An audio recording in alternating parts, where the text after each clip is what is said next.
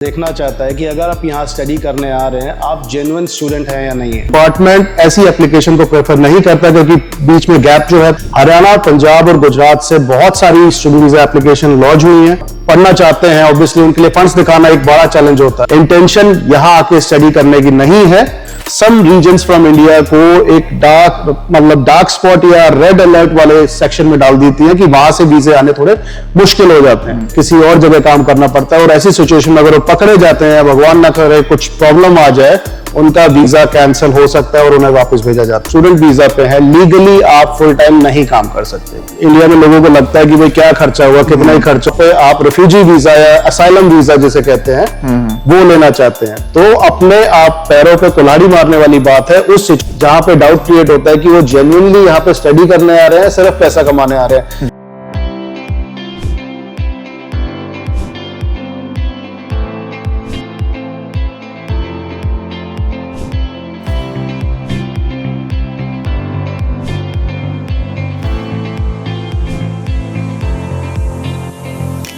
नमस्कार दोस्तों, स्वागत है आपका वतन ऑस्ट्रेलिया चैनल में। तो दोस्तों, आप में से बहुत से लोगों के सवाल थे ऑस्ट्रेलिया आने के बारे में, यहाँ के वीजाज के बारे में कि टीआर कैसे मिलती है, स्टूडेंट वीजा कैसे डलता है, कौन कौन से कोर्स हैं, क्या इंग्लिश की रिक्वायरमेंट है।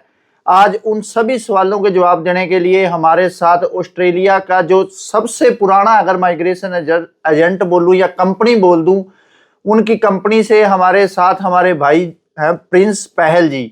उनसे बातचीत करेंगे, आपको सीधा उनसे रूबरू कराते हैं। नमस्कार भाई साहब। नमस्कार भाई साहब, सारे श्रोताओं को मेरी तरफ से नमस्कार as well. First of all मैं कहना चाहूँगा कि थैंक यू सो मच मेरे को इस प्लेटफॉर्म पे लेके आने के लिए, जहाँ पे हम जो भी सवाल आपसे पूछे जाते हैं मोस्ट ऑफ द स्टूडेंट से, या वो ऑस्ट्रेलिया में या ओवरसीज़ बैठ के अपने हिंदुस्तान में बैठ के ये वीडियो देख रहे हैं, जो भी उनके सवाल होते हैं या जो यहाँ पे ये वीडियो देख रहे हैं, जो भी सवाल होते हैं उनके माइंड में स्टूडेंट वीज़ा को लेके, जैसा कि आपने भी कहा, हर इंसान का जो यहाँ पढ़ने आता है इनिशियली, या कोई इंडिया से अगर ये वीडियो देख रहा है, उसका एक मकसद, एक गोल होता है माइंड में कि कैसे ऑस्ट्रेलिया की परमानेंट रेजिडेंसी को लिया जाए। और ये रीज़न है हमारा आज ये वीडियो करने का, जो आपके माध्यम से हम उन तक पहुँचा सकते हैं। जी जी सर, सबसे पहले तो यही पूछेंगे भाई साहब, ठीक ठाक? बहुत बढ़िया भाई साहब, बहुत बढ़िया, भगवान की दया है और एवरीथिंग इज गोइंग वेल। चलो, अच्छी बात है। अच्छा, सबसे जो हमारे पास ज़्यादा सवाल आते हैं ना, हाँ जी, यूट्यूब की कोई वीडियो देख ले, वीडियो किसी तरीके की हो, इंस्टाग्राम पे देखे, कमेंट एक ही होता है, भाई मैंने भी ऑस्ट्रेलिया आना है। हाँ जी, हाँ जी। पहले तो आज उनका आप जवाब दे दो भाई। अगर कोई इंडिया में है ना, अगर इंडिया से शुरू करते हैं, हाँ जी, हाँ जी। अगर कोई इंडिया में है, इंडिया से ऑस्ट्रेलिया आना चाहता है स्टूडेंट वीजे पे, हाँ जी, हाँ जी, तो उसके लिए उसको क्या करना पड़ेगा, ये बता दीजिए। श्योर। सबसे इम्पोर्टेंट चीज़ जो यहाँ की गवर्नमेंट या जो कि डिपार्टमेंट ऑफ होम अफेयर्स देखना चाहता है कि अगर आप यहाँ स्टडी करने आ रहे हैं आप जेन्युइन स्टूडेंट हैं या नहीं है। अगर मैं बात करूँ जेन्युइन स्टूडेंट की, तो बेसिकली डिपार्टमेंट ये देखना चाहता है आपका आने का यहाँ मकसद जो है वो सिर्फ स्टडी है, और आप स्टडी कंप्लीट करके आप अपने वतन या अपने देश वापस चले जाएंगे, जो कि बहुत कम होता है टू बी ऑनेस्ट, बिकॉज जो भी यहाँ स्टूडेंट वीजा पे आता है आते तो सारे पक्के बिल्कुल बिल्कुल बिल्कुल। बट ये चीज आप खुल के उन्हें स्टार्टिंग में नहीं बता सकते। एक चीज होती थी पहले जीटी, जिसे जेन्युइन टेम्परेरी एंट्रेंट कहा जाता है, अभी रिसेंटली वो जीएसटी जेन्युइन स्टूडेंट क्राइटेरिया में चेंज कर दी गई है। बेसिकली इसमें यही चीज देखी जाती है कि आप यहाँ पे आपके आने की इंटेंशन क्या है। जी जी। तो बात की जाए अगर स्टूडेंट वीजा की, तो पहला क्वेश्चन सबसे पहला ये क्लैरिफाई करना है कि आपने यहाँ जो कोर्स स्टडी करना है वो इंडिया में अवेलेबल है या नहीं है। अगर वो इंडिया में अवेलेबल है, आपके क्या रीजन है आपने वो इंडिया में कोर्स ना करके आप ऑस्ट्रेलिया को चूज करना चाहते हैं। जी, ये जीटीई की रिक्वायरमेंट बता रहा हूँ मैं, जिसमें ये सारी चीजें मेंशन की जाती है कि आप ऑस्ट्रेलिया ही क्यों आना चाहते हैं। Why not Canada, why not America, why not England, आपने ऑस्ट्रेलिया ही क्यों चूज किया। और जो कोर्स आप पढ़ेंगे उससे उस कोर्स को कंप्लीट करने के बाद आपके फ्यूचर में करियर प्रोस्पेक्ट क्या होंगे। जब आप अपने होम कंट्री या हिंदुस्तान वापस जाते हैं, इंडिया वापस जाते हैं, आपके फ्यूचर में करियर कैसे बनाएंगे आप अपना। तो इन पॉइंट्स पे आप बेसिकली मेंशन किया जाता है कि जीटी में मीट करता हूँ नहीं करता। नाउ जीटी है, जब वीज़ा एप्लीकेशन लगाई जाती है डिपार्टमेंट में, उस टाइम ये सबमिट किया जाता है, जैसे कि हम स्टेटमेंट ऑफ पर्पस भी बोलते हैं जी। अब बात रही कि कौन से कोर्स में आ जाए, आप हमेशा ऐसा कोर्स चूज करिए जो कि आपकी प्रीवियस स्टडी से रेलेवेंट हो जी। जैसे कि मैं एग्जांपल देना चाहूँगा कि अगर आपने 12th में अपना नॉन मेडिकल से अगर आपने स्टडी किया है, तो यहाँ आप इंजीनियरिंग या आईटी का कोर्स देख सकते हैं बैचलर्स में, या अगर आपने बीएससी कंप्यूटर साइंस में किया है या कोई भी बैचलर ऑफ इंजीनियरिंग किया है तो यहाँ मास्टर्स में अगर आना है तो मास्टर्स ऑफ इंजीनियरिंग हो गया या मास्टर्स ऑफ इंफॉर्मेशन टेक्नोलॉजी हो गया। तो जो भी आपकी स्टडी है 12th में उससे रिलेटेड करें बैचलर्स से। बैचलर अगर आपने किया है वो रेलेवेंट होनी चाहिए आपकी फर्दर स्टडी ऑस्ट्रेलिया में, उनकी रेलेवेंसी देखा जाना बहुत जरूरी है। और बहुत इंपॉर्टेंट एक पॉइंट जो डिपार्टमेंट देखता है कि आपकी स्टडी में गैप कितना है। अगर आपने रिसेंटली स्टडी खत्म किया है तो आप बहुत एक अच्छे एप्लीकेंट हैं ऑस्ट्रेलिया के स्टूडेंट वीजा एप्लीकेशन के लिए, लेकिन लेट्स से अगर आपने बैचलर 2020 में कंप्लीट किए और 5 साल बाद आपने सोचा कि मैं ऑस्ट्रेलिया जाना चाहता हूं, तो डिपार्टमेंट ऐसी एप्लीकेशन को प्रेफर नहीं करता, क्योंकि बीच में गैप जो है आपकी पिछली स्टडी में और अब वाली स्टडी में 5 साल का गैप का एक सब्सटेंशियल गैप माना जाता है, जो कि एक बहुत अच्छी एप्लीकेशन नहीं रहती। सो मिनिमम जो गैप पीरियड मैं रेकमेंड करता हूं 1 से 2 साल। मोस्ट ऑफ द यूनिवर्सिटीज 1 साल एक्सेप्ट करती हैं, मोस्ट ऑफ द यूनिवर्सिटीज 2 साल वाली एप्लीकेशन को एक्सेप्ट नहीं करती। तो ये थोड़े बहुत पॉइंट है जो कि बहुत इंपॉर्टेंट है कंसिडर करने के लिए। अच्छा, ये सबसे बड़ा सवाल ये रहता है कि स्टूडेंट वीजा ऑस्ट्रेलिया अगर लेना है, पीटी या आईलेट्स का क्या रिक्वायरमेंट रहती है इनकी? वो डिपेंड करता है कि आपने यहाँ पे डिप्लोमा लेवल कोर्स में आना है या बैचलर्स में आना है या मास्टर्स में आना है। अगर आप 12th के बाद यहाँ आना चाहते हैं तो मिनिमम जो ओवरऑल स्कोर है 6 चाहिए आपको, 6 ईच इन आइल्स, जिसमें 5.5 बैंड ईच मॉड्यूल में होने चाहिए, जो कि लिसनिंग, स्पीकिंग, रीडिंग, राइटिंग। लेकिन अगर बात मैं करूं मास्टर्स और अपना बैचलर्स क्वालिफिकेशन की, जो कि हायर एजुकेशन माना जाता है ऑस्ट्रेलिया में, उसमें आपका जो स्कोर है 6.5 ओवरऑल होना चाहिए with minimum no bands less than 6 each. तो आपका अगर ये स्कोर है तो डेफिनेटली आप अप्लाई कर सकते हैं, कंसिडरिंग आपका गैप कम है, कोर्स रेलेवेंट है, ये जो सारी बातें मैंने अभी मेंशन करी। अच्छा, एक ना चर्चा और चलती है भी, पंजाब, हरियाणा और गुजरात भी कई बार साथ में जोड़ दिया जाता है। बिन लोगों को तो ऑस्ट्रेलिया ने बैन कर दिया, इन लोगों को अब ऑस्ट्रेलिया वीजा नहीं देगा। इस जिसने हरियाणा से +2 किया या पंजाब बोर्ड से +2 किया, उनका तो अब वीजा लगेगा ही नहीं ऑस्ट्रेलिया का। ये अफवाही है या पक्की बात है, ये बैन कर देते हैं, ऐसा कुछ कर देते हैं? मैं 100% नहीं कहूँगा कि ये अफवाह है, बिकॉज सर्टेन पीरियड अगर देखा जाए, पिछले साल की अगर मैं बात करूं 2023 और 24 की अगर मैं बात करूं, पिछले 2 सालों की, हरियाणा, पंजाब और गुजरात से बहुत सारी स्टूडेंट वीज़ा एप्लीकेशन लॉन्च हुई हैं, ग्रांट भी हुए हैं, और यहाँ आके वो एप्लीकेशनें कैंसिल भी हुई हैं या एयरपोर्ट से ही वापस भेजा गया है। बहुत सारे रीजंस हैं इनके। हमारे अगर बात करें हरियाणा और पंजाब की मेनली, तो वहाँ पे जो फंड्स का जो सबसे बड़ा इशू होता है, जो फंड्स हमारे यहाँ से एक लो टू मीडियम क्लास फैमिली वाले जो बच्चे यहाँ पढ़ना चाहते हैं, ऑब्वियसली उनके लिए फंड्स दिखाना एक बड़ा चैलेंज होता है। तो यहाँ की गवर्नमेंट ने वो जो फंड्स दिखाए गए हैं वहाँ पे, या स्टूडेंट ने खुद दिखाए हैं, उनकी फैमिली ने या एजेंट ने दिखाए हैं, वो फंड्स जेन्युइन नहीं निकलते। अच्छा। तो उसके बेस पे जो 1-2 अगर एप्लीकेशन हो तो माना जाता है, लेकिन बहुत सारी एप्लीकेशन ऐसी निकली हैं जहाँ पे फंड्स एक रीजन था, one of the main reason था। दूसरा जो रीजन रहा है स्टडी का, तो जो क्वालिफिकेशन भी उनकी है वो जेन्युइन नहीं थी।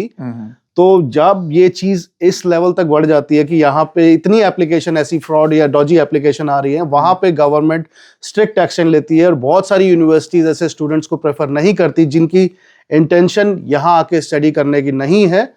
तो इस वजह से गवर्नमेंट जो है या यूनिवर्सिटीज हैं, सम रीजन्स फ्रॉम इंडिया को एक डार्क स्पॉट या रेड अलर्ट वाले सेक्शन में डाल देती हैं कि वहां से वीजे आने थोड़े मुश्किल हो जाते हैं।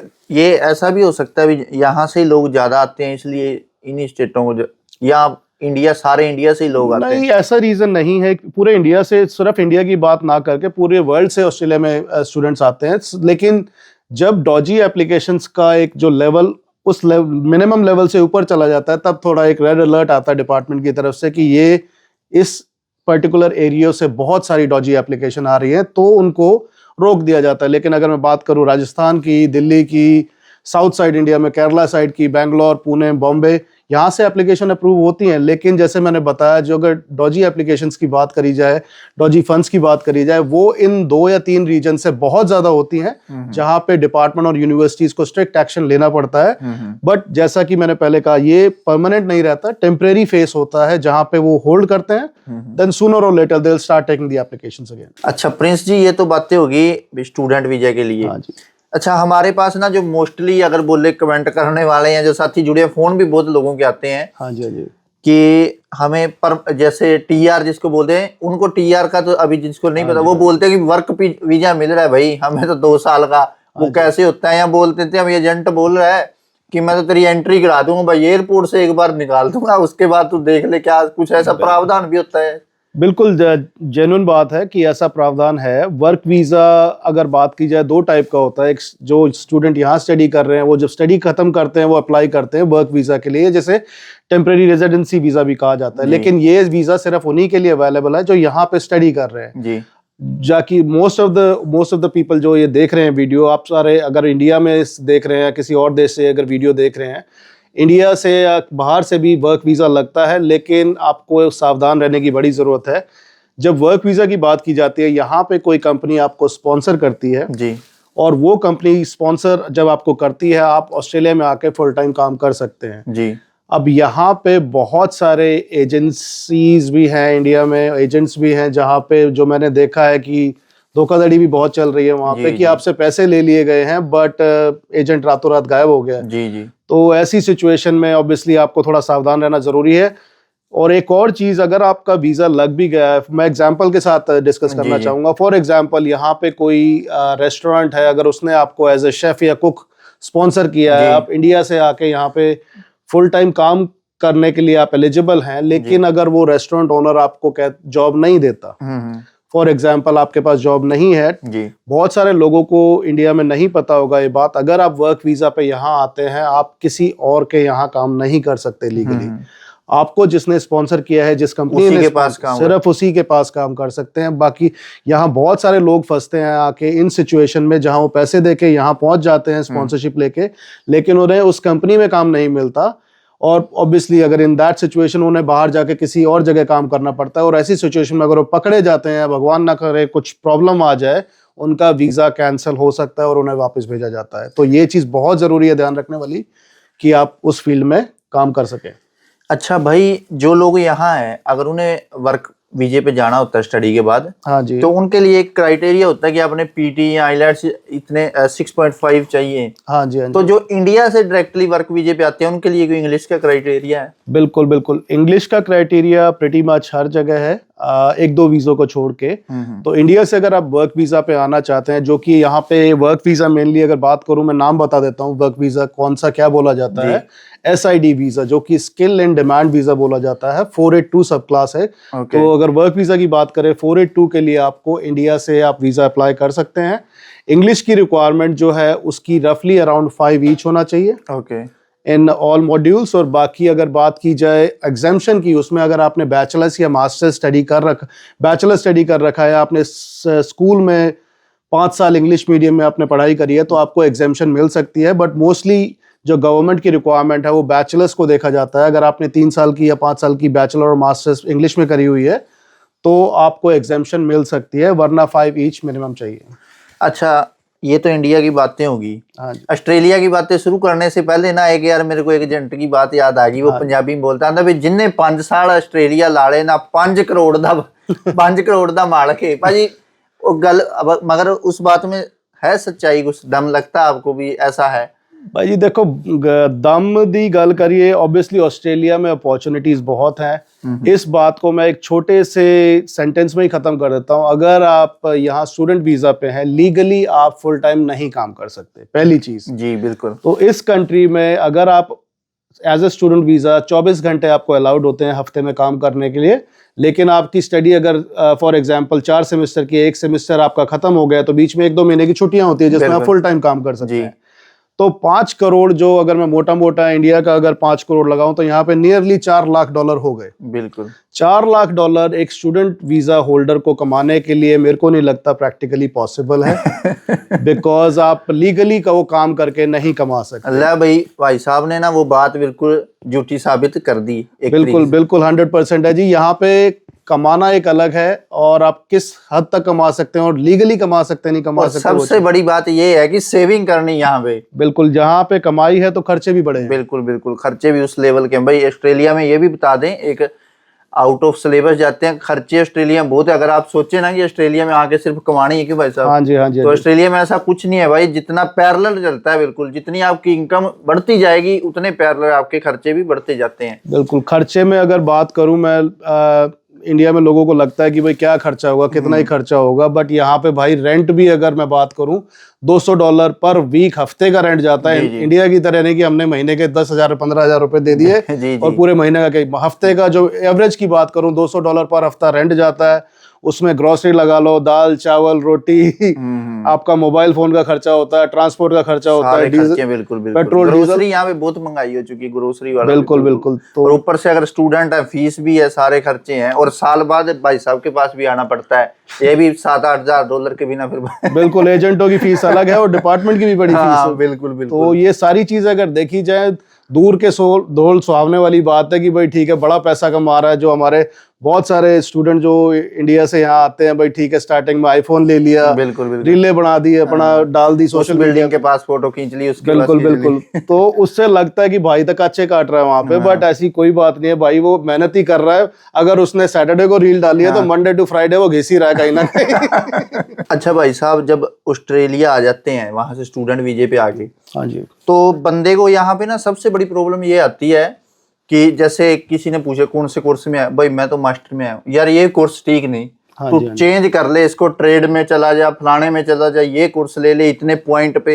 ये क्या पॉइंटों वाला फंडा है, और क्या ये कोर्स, कौन सा कोर्स आजकल चल रहा है यहाँ पे? बड़ा बहुत अच्छा सवाल पूछा है खुशप्रीत आपने। मतलब इसका मैं एक लाइन में तो जवाब नहीं दे सकता, क्योंकि एक पूरी डिटेल, एक एक्सप्लेनेशन जरूरी है समझने के लिए, इसके लिए कि अगर आप फॉर एग्जांपल मास्टर्स में आए हैं, उसको डाउनग्रेड करके, डाउनग्रेड अगर बोला जाता है, आप अपना कोई ट्रेड कोर्स कर लो, ट्रेड कोर्स जिसे सर्टिफिकेट या डिप्लोमा लेवल कोर्स कहा जाता है यहाँ पे, आप वो कोर्स कर लो और आपकी पीआर हो जाएगी। तो यहाँ पे अभी रिसेंटली काफी ऑस्ट्रेलिया में रूल्स चेंज हुए हैं। अगर आप मास्टर्स यहाँ करने आते हैं, मैं personally as a migration agent recommend नहीं करता कि आप चेंज करो, आप मास्टर्स में ही रखो। मास्टर्स में शायद पीआर आपकी आसान ना हो, लेकिन साइड बाय साइड आप ट्रेड कोर्स करके पीआर ले सकते हो। अब मैं रीजन बताता हूँ कि मास्टर क्यों नहीं छोड़नी चाहिए। मास्टर्स अगर आप यहाँ कर रहे हैं, इंडिया से अगर इंडिया का पासपोर्ट होल्ड करते हैं, ये स्पेशली इंडियन पासपोर्ट होल्डर्स के लिए हैं, 1-2 कंट्रीज और हैं जहां पे आपको जो वर्क वीजा है स्टडी के बाद जो मिलता है 3 साल का मिलता है जी।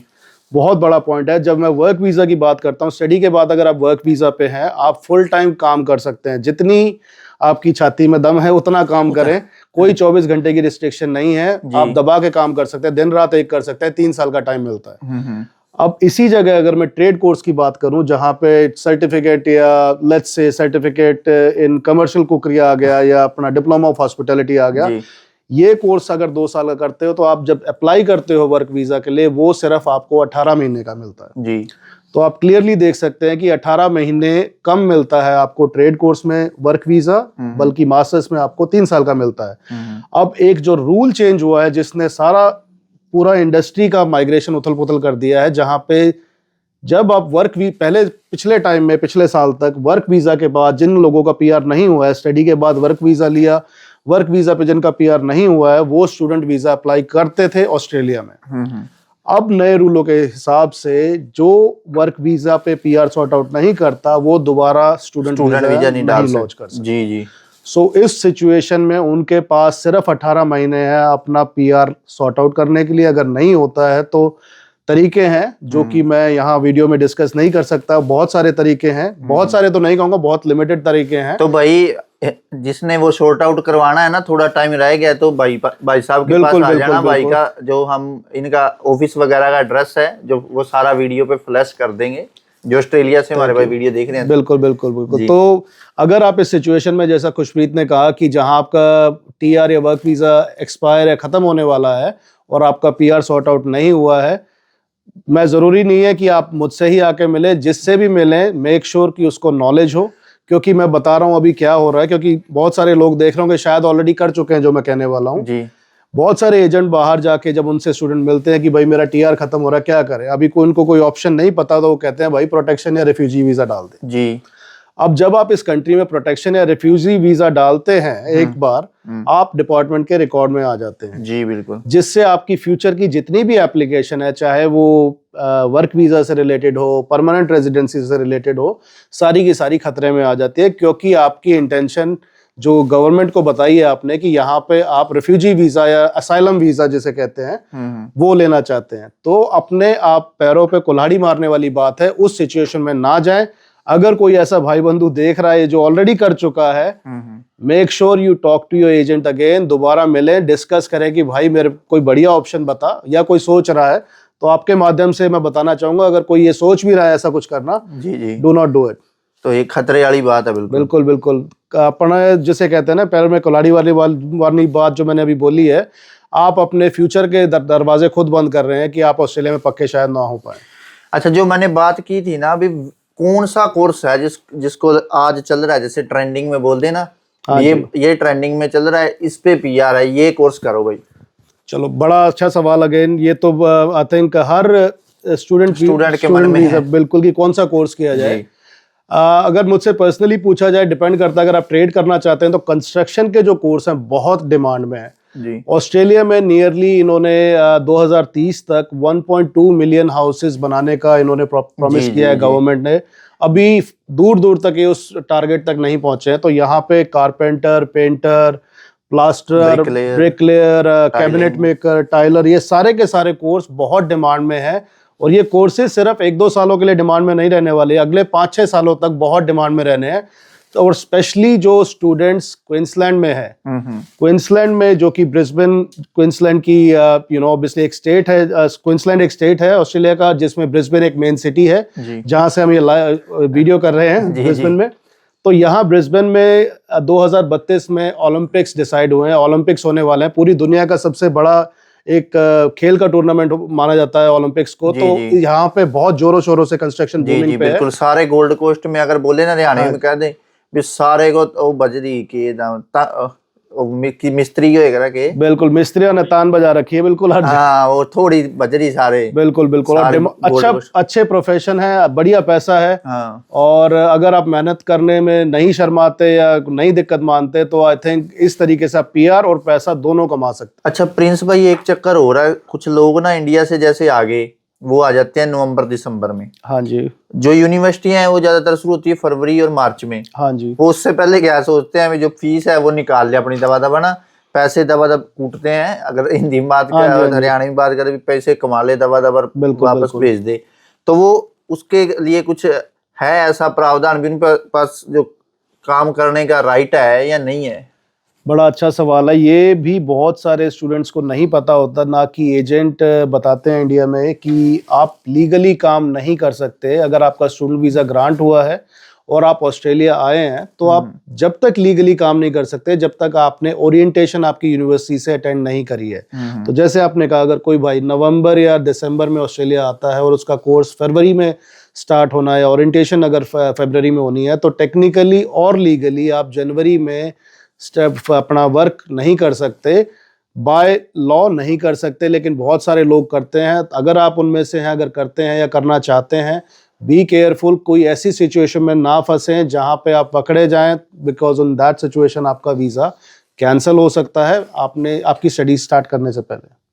अच्छा, एक तो ये, एक जो कई बार ऐसा होता है भी बंदे ना जैसे एफडी वगैरह करवा के आ जाते हैं, वो भी ना जहाज पे चढ़ते ही कहते हैं भाई एजेंट के देने थे, अरे वो भी खाते से साफ कर देते हैं। वो भी मैंने कई पीछे केस हुआ भी था। हाँ जी, आपने सुना, एयरपोर्ट से मेलबर्न वापस भेज दिया। बिल्कुल बिल्कुल। सिर्फ एक केस नहीं खुशप्रीत, काफी केसेस नजर में आए हैं जहाँ पे ऐसी सिचुएशन में जहाँ पे इंडिया से स्टूडेंट वीजा लेके लोग एफडी दिखा के अपना यहाँ आए हैं और एयरपोर्ट पर वो एफडीयां बैंक से डबल चेक की गई हैं, वो एफडी टूट गई थी और ऑब्वियसली वो पैसे अवेलेबल नहीं थे एफडी के अंदर। तो ये चीज़ डिपार्टमेंट के पॉइंट ऑफ व्यू से सही नहीं मानी जाती, क्योंकि डिपार्टमेंट चाहता है कि जो भी आप पैसा दिखा के आए हैं यहाँ पे कि आप अपनी स्टडी को अफोर्ड कर सकते हैं, अपने लिविंग एक्सपेंसेस को अफोर्ड कर सकते हैं, वो पैसा आपके पास अवेलेबल हो। कई बारी ऐसे रीज़न होते हैं जहाँ पे इमरजेंसी में फैमिलीज़ को एफडी तोड़वानी पड़ जाती है। लेकिन अगर ऐसी सिचुएशन है, अगर आपने एफडी तोड़वाई है और आप वीज़ा आ चुका है और यहाँ आने की वेट कर रहे हैं, तो मैं रेकमेंड करूंगा उस एफडी को दोबारा बनवाएं। और ऐसा कोई लेटर अपने साथ ज़रूर जब ट्रैवल कर रहे हो कैरी करें कि आपने अगर वो एफडी तोड़वाई थी उसका रीज़न क्या था, कोई ऐसी इमरजेंसी के बारे में वो लेटर रखें। क्योंकि अगर आपको एयरपोर्ट पे इमिग्रेशन डिपार्टमेंट से ये सवाल किया जाए तो आपके पास एक सॉलिड आंसर हो उनको देने के लिए, ताकि आप उस सिचुएशन में ना फंसे जहाँ पे वीज़ा कैंसिल करके वो आपको वापस भेजना उनके पास ऑप्शन रह जाए सिर्फ।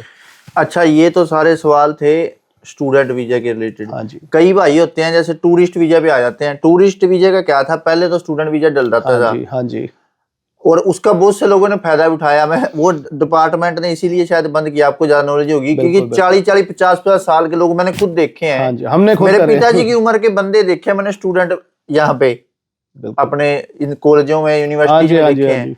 चलो वो तो बंद कर दिया। अब टूरिस्ट वीजे पे जो आता है यहाँ पे, कोई भाई बिल्कुल मजबूरी का हमारा फंस गया, किसी एजेंट को आ गया वो, हाँ जी, उसके लिए क्या प्रावधान है, कौन सा वीजा यहाँ पे, उसको कितने दिन, ये बहुत सा सवाल है। ये भी मेरे को अचानक याद आ गया, अभी कौन से वीजे पे वो रह सकता है, कितने दिन रह सकता है, काम कर सकता है या नहीं कर सकता। आपने एक ही सवाल में खुशप्रीत काफी क्वेश्चन पूछे हैं, क्योंकि कितने दिन रह सकता है, जब भी आपका कोई टूरिस्ट वीजा या विजिटर वीजा ग्रांट होता है उस पे आप ड्यूरेशन खुद चेक कर सकते हैं कि ये टूरिस्ट वीजा 3 महीने का है या 1 साल का है।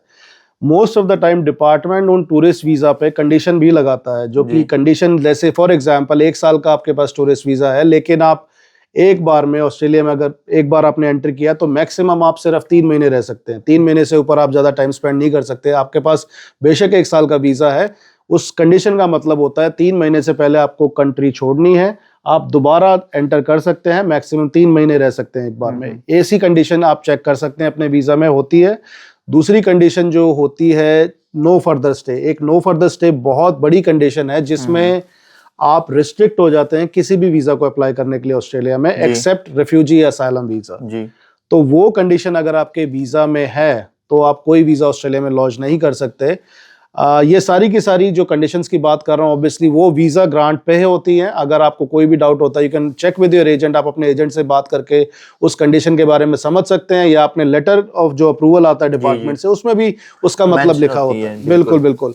अब वापस आपके क्वेश्चन पे आते हैं जो आपने मेंशन किया कि उनके पास ऑप्शंस क्या हैं। सो टूरिस्ट वीजा से स्टूडेंट वीजा एक बहुत कॉमन ऑप्शन थी आज पिछले साल तक, जो कि बहुत यूज भी हुई है और मिसयूज भी हुई है दोनों तरीके से। बिल्कुल। तो जैसा मैंने थोड़ी देर पहले बताया था कि जब भी कोई चीज एक नॉर्मल लेवल से ऊपर चली जाती है और या ज्यादा हाइक पे चली जाती है, वहां पे डिपार्टमेंट को रिस्ट्रिक्शन प्लेस करने पड़ते हैं। मैं ऑस्ट्रेलिया में नियरली 22 साल से हूँ। डिपार्टमेंट बहुत लीनियंट था पहले, और पिछले 22 सालों में मैंने इतने चेंजेस देखे हैं रूल्स के और रेगुलेशन के ऑस्ट्रेलिया में। तो ऑस्ट्रेलियन गवर्नमेंट और ऑस्ट्रेलिया के लोग भी इतने ज़्यादा अपना लीनियंट थे जो इमिग्रेंट्स आते हैं उनके लिए, बट दिन ब दिन रूल्स और रेगुलेशन काफ़ी टाइट होते जा रहे हैं। एंड आई थिंक कहीं ना कहीं जिस कंट्री में भी आप हैं थोड़ा बहुत कंट्रीब्यूशन वो सारे एप्लीकेंट योगदान करते हैं, जिसमें थोड़ा बहुत अपने फंड्स अगर ठीक नहीं दिखाएं, आप गलत तरीके से एंटर करा है आपने ऑस्ट्रेलिया में, तो ये सारी की सारी चीज़ें डिपार्टमेंट जब देखती है बल्क पे हो रही हैं तो वो रिस्ट्रिक्ट कर देते हैं जी। तो अगर आप स्टूडेंट वीज़ा के बाद टूरिस्ट वीज़ा के बाद अगर आप स्टूडेंट वीज़ा लॉन्च नहीं कर सकते, यहाँ पे एक ऑप्शन जो बनती है वर्क वीज़ा की। तो वर्क वीजा अगर आपके पास कोई एम्प्लॉयर यहाँ पे है स्पॉन्सर करने के लिए तो आप वर्क वीजा अप्लाई कर सकते हैं, बशर्ते आप उस वर्क वीजा की जो रिक्वायरमेंट है या एलिजिबिलिटी जो है, एलिजिबिलिटी अगर मैं बात करूं कि आपके पास रेलेवेंट स्टडी है और रेलेवेंट एक्सपीरियंस है जी, तो आप वर्क वीजा अप्लाई कर सकते हैं, जो कि एक माध्यम या जरिया है आप इस कंट्री में रह सकते हैं। जैसे कि किसी बंदे ने ला लो रेस्टोरेंट वाले से ले लिया, हाँ जी, तो उसके पास कुक का, शेफ का कोई सर्टिफिकेट होना चाहिए। हाँ जी। और एक्सपीरियंस थोड़ा बिल्कुल। और थोड़ा बहुत नहीं, टू बी ऑनेस्ट थोड़ा बहुत से काम नहीं चलता। अच्छा। क्योंकि इसमें थोड़ा स्पेसिफिक होना पड़ेगा, इसलिए मैंने आपको इंटरप्ट किया। थोड़ा बहुत अगर शेफ की अगर बात की जाए तो अगर कोई भाई टूरिस्ट वीजा पे यहाँ शेफ या अपना बावर्ची का काम करने मतलब एम्प्लॉयर मिलता है और वो अप्लाई करना चाहता है तो उसको कम से कम 1 साल 3 से 4 साल का एक्सपीरियंस होना चाहिए। अगर तो भाई ये नामुमकिन के बराबर ही है मेरे ख्याल। और इंग्लिश का क्या रहेगा, पीटी वगैरह? इंग्लिश में इतनी ज्यादा हाई इंग्लिश नहीं है, 5 ईच के आसपास अगर आपके हैं, 5 या 5.5 अगर आपके पास हैं तो आप वो एप्लीकेशन जो 482 वीजा जो स्किल एंड डिमांड वीजा आप लॉन्च कर सकते हैं। वो वीजा आ जाता है, मिल जाता है। वीजा आने के चांसेस डिपेंड करता है जो आपको स्पॉन्सर कर रहा है या जो रेस्टोरेंट का जो फाइनेंशियल है, फाइनेंशियल मतलब रेस्टोरेंट कितना रेवेन्यू जनरेट कर रहा है, उसका प्रॉफिट कितना है दिखा रहा है या लॉस में दिखा रहा है, उस पर बड़ा डिपेंड करता है कि आपका वीजा आएगा नहीं आएगा। लेकिन मोस्टली अच्छे रेस्टोरेंट्स की अगर बात करूं, यहाँ पे ऑस्ट्रेलिया में कमाई अच्छी है, अच्छा इनकम है रेस्टोरेंट्स की, तो वहां से आना काफी आसान हो जाता है। अच्छा, जो ना स्टूडेंट यहाँ पे हैं, वो आपको पता ही आजकल होता भी साल पीछे, चलो भाई गांव में गेड़ा लगा के आते हैं, है ना, तो कई बार गेड़ा महंगा पड़ जाता है, एयरपोर्ट से फिर एक और गेड़ा दे देते हैं, भाई चल वापस।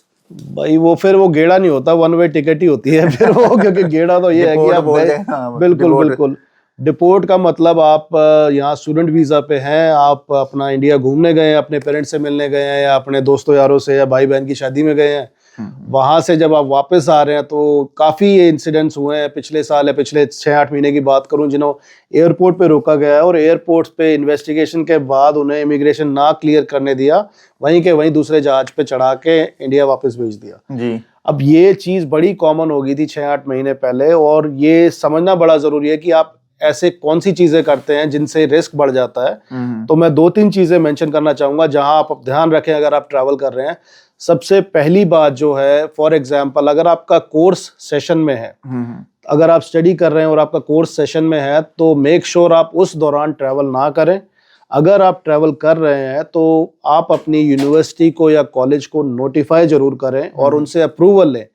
बहुत सारे स्टूडेंट ने सिर्फ एक ईमेल डाल दिया कि मैं जा रहा हूँ। भाई जा तो रहे हो आप, और आपने यूनिवर्सिटी से या कॉलेज से अप्रूवल लिया और उस अप्रूवल का वेट ही नहीं किया और भाई साहब ऑस्ट्रेलिया छोड़ के इंडिया चले गए, बल्कि यूनिवर्सिटी और कॉलेज का जो ईमेल आया रिस्पांस में कि उन्होंने अप्रूव नहीं किया।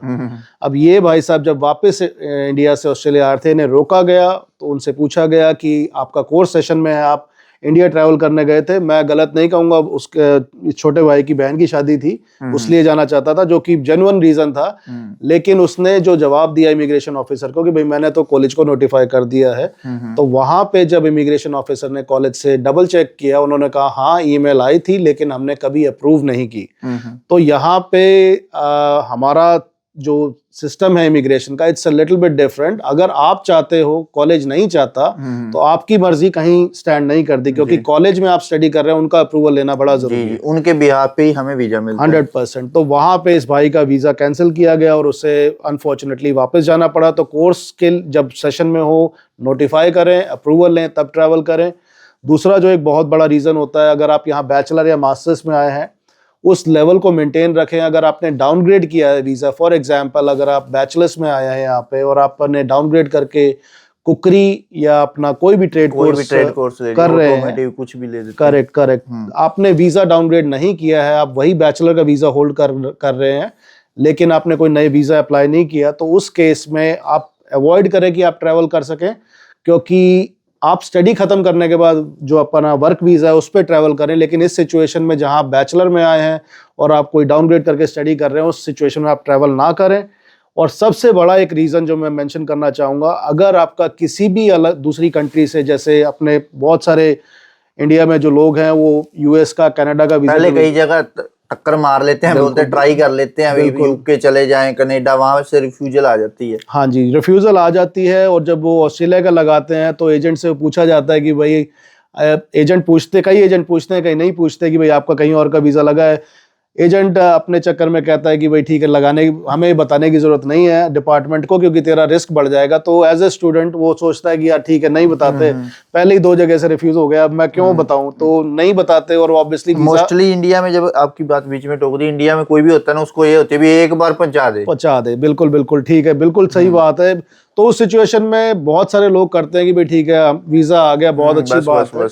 लेकिन ऐसी सिचुएशन में जब यहाँ एयरपोर्ट पे इन्वेस्टिगेशन की जाती है before entry to the country, तो उसमें पूछा जाता है कि आपका वीजा किसी और कंट्री में रिफ्यूज हुआ है, नहीं हुआ है। अब मैं यहाँ पे मेंशन करना चाहूंगा, अगर आपके एजेंट ने या आपने नहीं मेंशन किया, आप सच बोलें, क्योंकि वो अगर आपसे ये सवाल कर रहे हैं तो उन्हें कुछ ना कुछ पता लगा है। क्योंकि ऑस्ट्रेलिया का जो इमिग्रेशन है वो यूएस के, यूके के, कनाडा के और न्यूजीलैंड के कनेक्ट करता है जी। अच्छा, एक बात इसमें ना, कई बार अगर हमारा कोई भाई वीडियो देख रहा होगा, उसने एजेंट ने मेंशन नहीं किया, भूल गया बताना, अब याद आ गया, ओहो यार मैं तो बताना तो भूल गया था, फाइल, अब मान लो उसका वीजा आ गया, अब उसने आना है। अगर अब वो एयरपोर्ट से पूछ ले भी हाँ तुम्हारा रिफ्यूजल है, अगर वो सच बता दे भी है, तब मैं बताना शायद भूल गया था, मेरे को पता नहीं, तो कुछ रियायत मिलती है तब भी बाहर ही रियायत मिलने, वो सबसे पहली बात है, डिपेंड करता है कि जो ऑफिसर है जो आपसे क्वेश्चन कर रहा है वो आप पे बिलीव करता है नहीं करता है, या आपकी इस बात में सच्चाई है या नहीं है।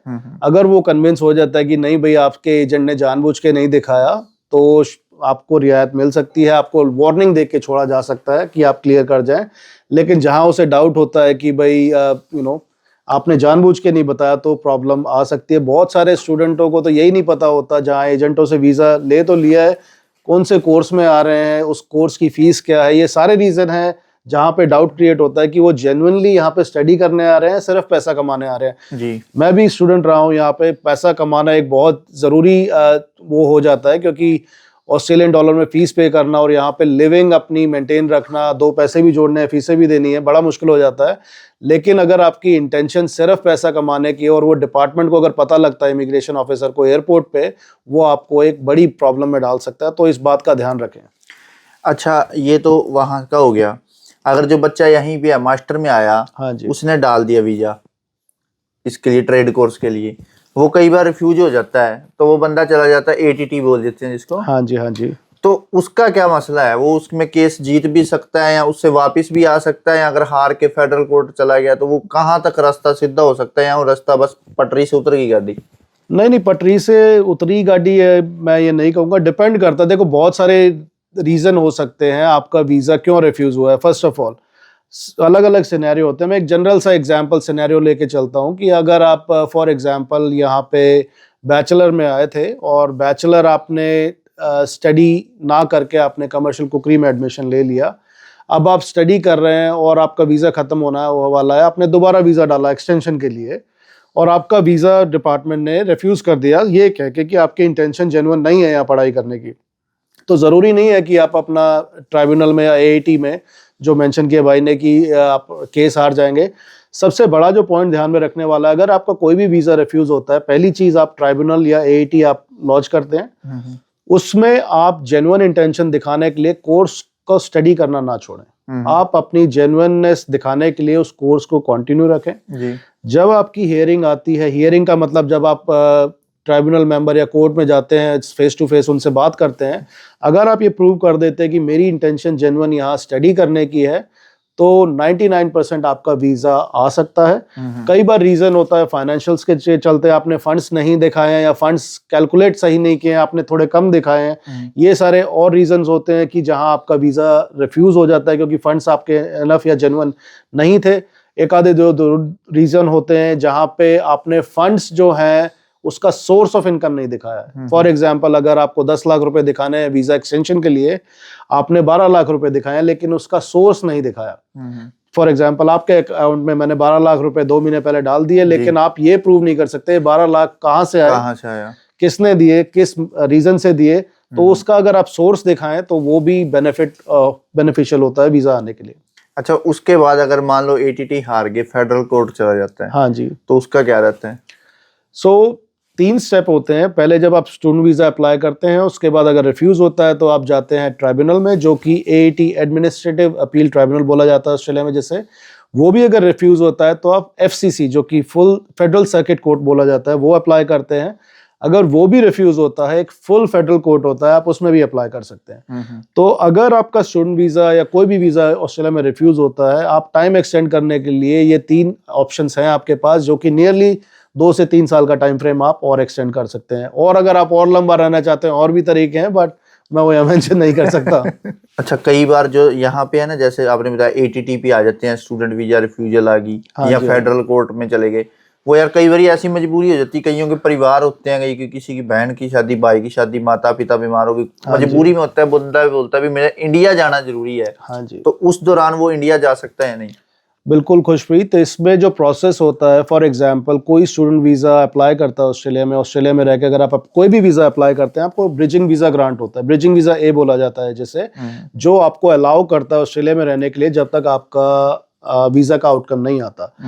अनफॉर्चुनेटली अगर आपका वीज़ा रिफ्यूज़ होता है, एएटी पे जो आपका जब आप लॉन्च करते हैं जो ट्राइब्यूनल अपील, वो आपका जो ब्रिजिंग वीज़ा ए है वो कंटिन्यू रहता है। तो बेसिकली आप यहाँ रह सकते हैं जब तक आपका डिसीजन ट्राइब्यूनल से नहीं आता। लेकिन इस दौरान अगर आपको इंडिया जाना है, इस ब्रिजिंग वीज़ा ए को आपको ब्रिजिंग वीज़ा बी में कन्वर्ट करना होता है, जिसकी फीस अराउंड $160 है ऑस्ट्रेलियन डॉलर्स। इस ब्रिजिंग वीजा ए को आप ब्रिजिंग वीजा बी में कन्वर्ट करें, ब्रिजिंग वीजा बी पे इंडिया ट्रैवल करें और वो ब्रिजिंग वीजा बी आपको अलाउ करेगा ऑस्ट्रेलिया में दोबारा एंटर करने के लिए। तो आप ट्राइब्यूनल में हैं या फेडरल में हैं, दोनों केसेस में जा सकते हैं।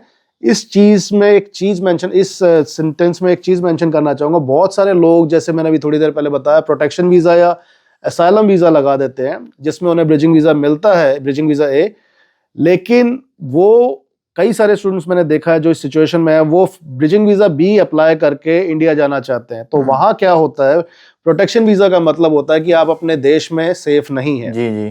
तो अगर आप इंडिया का पासपोर्ट होल्ड करते हैं, आपने प्रोटेक्शन वीजा ऑस्ट्रेलिया में लगाया है और आप ब्रिजिंग वीजा बी अप्लाई कर रहे हैं इंडिया जाने के लिए, जब तक आप अपने वीजा का वेट कर रहे हैं, तो एक तरफ तो आप डिपार्टमेंट को कह रहे हैं कि मैं अपने देश में सेफ नहीं हूं, दूसरी तरफ आप कह रहे हैं मैं अपने देश घूम या किसी रीजन से जाना चाहता हूं। तो वहां मैं रेकमेंड नहीं करूंगा, क्योंकि अगर आपको वो ग्रांट कर भी देते हैं ब्रिजिंग वीजा, अगर आप जाते हैं इंडिया, वापस आते टाइम आपको रोका जा सकता है and they may deport you from there, क्योंकि आपका जो क्लेम था जेन्युइन नहीं था। तो ये ध्यान में रखने वाली चीज बड़ी है। अच्छा, ये एक और सवाल है, अगर वो ब्रिजिंग वीजा बी लेके चला गया इंडिया, हाँ जी। पीछे से जो केस था या जो वो हार गया, वो उस बी पे वापस आ सकते हैं, नहीं आ सकते? ओके, बड़ा अच्छा सवाल Khushpreet. The way tribunal works, let's say आपने अपील के लिए वीजा डाला हुआ है, तो उसमें रिक्वेस्ट आती है ट्राइब्यूनल से, जिसमें आपको 7 दिनों का टाइम दिया जाता है कि आप 7 दिनों में हमें रिस्पॉन्ड करें कि आपका जो क्लेम है वो जेन्युइन कैसे है। उन 7 दिनों में अगर आप रिस्पॉन्ड नहीं करते तो ट्राइब्यूनल मेंबर जो होता है वो आपका डिसीजन ले सकता है। लेकिन मोस्टली मोस्टली स्टूडेंट अगर 7 दिन में रिप्लाई करते हैं तो वो हियरिंग के लिए कॉल करते हैं या आपको एक नोटिस भेजते हैं कि फलाना डेट को, अगले महीने इस तारीख को आपकी हियरिंग है। अब एज लॉन्ग एज आपके पास ब्रिजिंग वीजा बी है, आप वापस कंट्री में आ सकते हैं। बट हम बात कर रहे हैं, अगर वो जो ईमेल आया उसका जवाब नहीं दिया और ट्राइब्यूनल ने डिसीजन ले लिया है कि जिस दिन आपका डिसीजन ट्राइब्यूनल से आता है कि आपका वीजा हमने रद्द कर दिया है, फिर भी आपके पास 35 दिन है कंट्री के अंदर आने के, उस दौरान आप आ सकते हैं। सवाल जवाब हो सकते हैं इमिग्रेशन ऑफिसर से एयरपोर्ट पे, लेकिन लीगली और बाय लॉ आपको वो नहीं रोक सकते, आप कंट्री में एंटर कर सकते हैं। अच्छा भाई, अंधेरा भी हो गया। हाँ जी। अच्छा, खत्म करते हैं। खत्म करूंगा एक जलेबी वर्गा जो सीधा सवाल है, हरियाणवी भाषा में बोलते थे जलेबी जैसा, सीधा करेले जैसा मीठा। ठीक से, ठीक से। सवाल यूं है भी, जब आपके पास लोग आते हैं, हाँ जी, तब तो आपका फेस और होता है, जब फाइल फंस गई फिर फेस और हो जाता है। ये बहुत से लोगों के सवाल हैं, ये क्या कारण है? बहुत बढ़िया सवाल। अगेन, पहली बात वो डिपेंड करता है कि आप मेरे पास आ रहे हो किसी और के पास जा रहे हो। अब मेरा फेस चेंज होने के भी रीजन हो सकते हैं, क्योंकि किसी दिन मैंने कुछ माड़ा खा रखा होता है, भाई मरोड़ी उठ रही हो तो फेस चेंज हो सकता है। बट अगर बात नॉलेज की और उसकी इन्फॉर्मेशन की करी जाए तो भाई टाइम पे डिपेंड करता है। अगर आप में से कोई मुझसे मिलने आता है, किसी भी एजेंट से मिलते हो आप, वो एजेंट या वो जो सलाहकार है वो आपको जो एडवाइस करता है वो उस टाइम में रूल रेगुलेशन जो चल रहे हैं उसके बेस पे आपको एडवाइस करता है। अब ऑस्ट्रेलिया की अगर बात करें, क्योंकि ऑस्ट्रेलिया की माइग्रेशन की बात हो रही है, पिछले 2-3 सालों में बहुत ज़्यादा चेंजेस हुए हैं, ना सिर्फ माइग्रेशन में, एजुकेशन में लेके भी, और ना सिर्फ एजुकेशन में, इंग्लिश को लेके भी और वर्क एक्सपीरियंस को भी लेके, हर चीज़ को लेके काफ़ी चेंजेस आए हैं। तो जो एडवाइस या जो इन्फॉर्मेशन आपको 1 साल पहले या 6 महीने पहले मिली थी, आप हमेशा अपने एजेंट के साथ या अपनी एजेंसी के साथ कनेक्ट रहें, अप टू डेट रहें, ताकि आपको पता रहे कि जो आप पाथ पे हैं, जो जिस तरीके से आप पीआर लेना चाहते हैं वो अभी भी वैलिड है या नहीं है। एक छोटा सा एग्जांपल मैं देना चाहता हूँ। अभी रिसेंटली जो वर्क वीज़ा की जो लिस्ट है, 6 दिसंबर 2024 को इन्होंने नई लिस्ट निकाल दी है जी। अब इसमें मैं बात करता हूँ रेस्टोरेंट मैनेजर और कुक की। पहले कुक पीआर नहीं डाल सकते थे जी, और पहले वाली लिस्ट में कुक पीआर नहीं डाल सकते थे, पहले वाली लिस्ट में रेस्टोरेंट मैनेजर था। अब जो 6 दिसंबर को लिस्ट इन्होंने निकाली है जिसमें कुक पीआर डाल सकते हैं, लेकिन रेस्टोरेंट मैनेजर जो है वो लिस्ट से ही निकाल दिया है। तो अगर कोई आप में से, फॉर एग्जांपल मैं एग्जांपल लेता हूँ, आप में से कोई मुझसे मिला था पिछले साल नवंबर में, मैंने आपको बताया कि आप रेस्टोरेंट मैनेजर या अपना कुक कर रहे हैं तो आप पीआर नहीं डाल सकते। अब आप मेरे पास 6 महीने बाद आते हैं, अगर आप मुझसे कहते हैं और मैं आपको जवाब देता हूँ कि आप पीआर डाल सकते हैं, आपके माइंड में क्वेश्चन आएगा कि भाई 6 महीने पहले, 8 महीने पहले आपने कहा था नहीं डाल सकते, अब आप कह रहे हैं कि डाल सकते हैं, तो मैं पिछली बार ठीक थी या आज की बात ठीक है? तो मेरे नज़रिए से जो मैंने आपको नवंबर पिछले साल बताया था वो भी सही था, क्योंकि वो उस दौरान जो लॉ था, रेगुलेशन था, लिस्ट थी, वो सही थी उस हिसाब से। आज की डेट में जो है वो चेंज होने के बाद कुक डाल सकता है, तो मेरी इन्फॉर्मेशन आज भी सही है। तो फेस वही है, इन्फॉर्मेशन भी सही है, लेकिन टाइम टू टाइम डिपेंड करता है आप किस टाइम अपने एजेंट से मिलते हैं। तो फेस चेंज नहीं होता, इन्फॉर्मेशन के हिसाब से हमारी डेफिनेशन जो है एडवाइस करने की वो चेंज हो जाती है। तो मेरे ख्याल से सारे सवाल जवाब हो ही गए हैं ना? हाँ जी, हाँ जी, बिल्कुल बिल्कुल। तो सारे सवाल जवाब हो गए हैं, लेकिन दो तीन ना छोटे छोटे क्विक सवाल आपसे करता हूँ मैं। ऑस्ट्रेलिया में सबसे खूबसूरत जगह घूमने के लिए कौन सी है भाई? वैसे अगर बात की जाए एक शब्द, केवल एक शब्द, एक शब्द में, तो मैं कहूंगा गोल्ड कोस्ट से बेटर कोई जगह नहीं है। मैं यूएस गया हुआ हूँ। गोल्ड कोस्ट जो है ऑस्ट्रेलिया का मियामी है, जैसे यूएस में मियामी काफी पॉपुलर है, गोल्ड कोस्ट जो है ऑस्ट्रेलिया का मियामी है। अच्छा, और पक्का होने के लिए सबसे अच्छी स्टेट कौन सी है ऑस्ट्रेलिया में पीआर के लिए?